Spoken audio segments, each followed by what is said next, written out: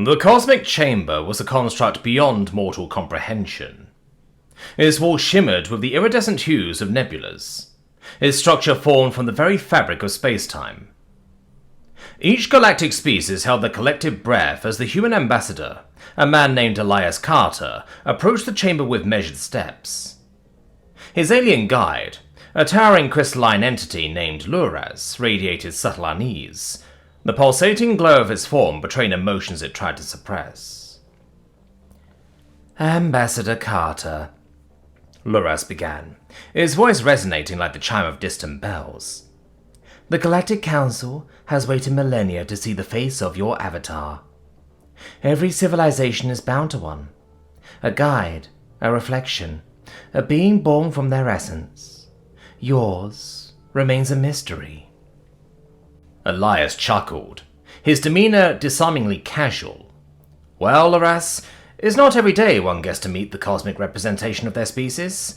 Can't be worse than the bad first date, right?"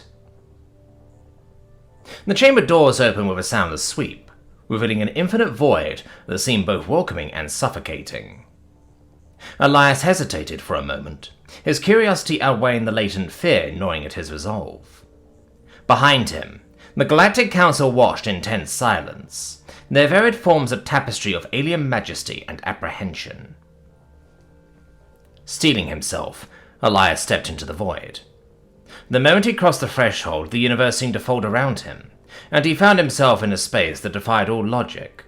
A dark, endless expanse, illuminated by a cold, pale light. A voice, velvet and venom, echoed around him. "Well, well, if it isn't one of my favorite troublemakers, Elias Carter, welcome to my domain." Elias turned to see a figure emerge from the shadows. She was tall, draped in flowing garments that shifted like smoke, her eyes twin voids that held the weight of eternity. Her presence was both alluring and terrifying, an undeniable force. "Death," Elias said with a lopsided grin, folding his arms. "Figures it'd be you. Can't humanity ever catch a break?" She tilted her head, a smirk playing at her lips.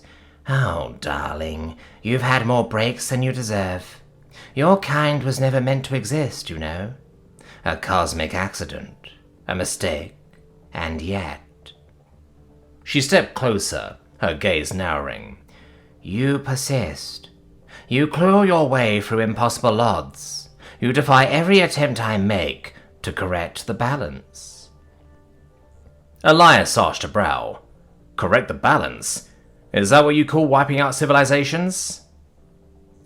Her laugh was low and melodic, yet it carried an edge sharp enough to cut. "You misunderstand. I don't hate you, not entirely. Humanity has been a delightful thorn in my side. You are fragile, reckless, maddeningly resourceful. When I turn my gaze upon you, you stare back. You don't cower. You don't blink. You challenge me." "Is that why you keep coming back for more?" Elias quipped, his tone lighter than he felt. Death sighed, a sound that carried the weight of galaxies collapsing. "I've watched countless species rise and fall. They fear me, revere me, or try to escape me. But humanity, you laugh in the face of oblivion. You sing songs and write poetry about me. You fight me with every ounce of your being, and when the end comes, some of you even welcome me as an old friend." Elias's smirk faded, replaced by a thoughtful frown. "Maybe that's because we know life's too short to waste on fear. If we're going to die anyway, we might as well make it worth something." Death regarded him for a moment, her expression inscrutable. Then she laughed again, this time with genuine amusement. "Oh, Elias, you humans are impossible, and that's both why I love and hate you. You've defied me for eons, and yet I can't bring myself to snuff you out entirely. You're entertaining." "Glad to know we're good for a laugh," Elias said dryly. "So, does this mean you're our avatar? The great cosmic representation of humanity?"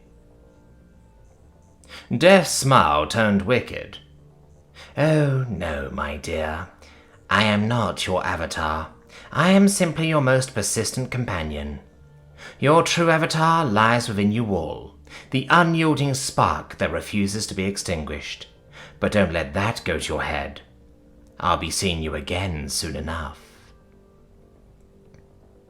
With a wave of her hand, the void dissolved, and Elias found himself standing once more in the chamber.